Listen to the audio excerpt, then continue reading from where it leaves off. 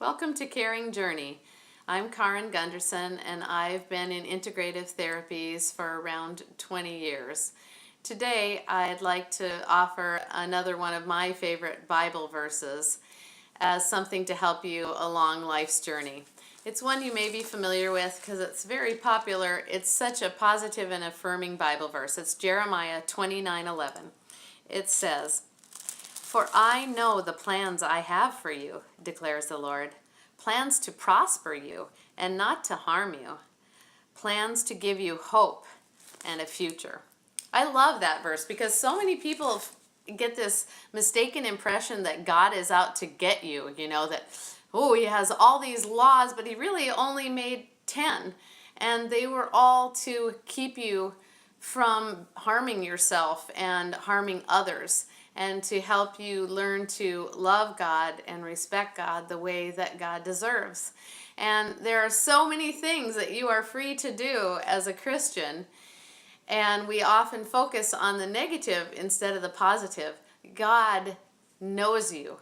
God has positive plans for your life. All you have to do is ask, and the doors will continue to open, and you just keep pushing on them and see which ones open and then walk through them. And then God doesn't want to harm you. He doesn't want evil in your life. He has a plan for good. God says, I have a plan for good for you, for a future and hope. And that hope is what we have in Jesus, because no matter what happens to us, no one can take Jesus from us, and Jesus is the one who brings us home to heaven. And I can tell you that for sure because I've been a hospice harpist for 11 years, and during that time, Jesus came for many people at the point of death. People of no religion and all religions, Buddhists, Hindus, Muslims, atheists, agnostics, Christians, Catholic, LDS, whatever you can think of. Jesus was the one who showed up at the point of death. They all knew who he was, and they all knew that he was the way home. And so we have hope because we have a God who loves us even when we don't love him, and who loves us even before we know him. And at any time, all you have to do is ask, and God will make you God's own. And you will always be precious to God, just as my children are precious to me.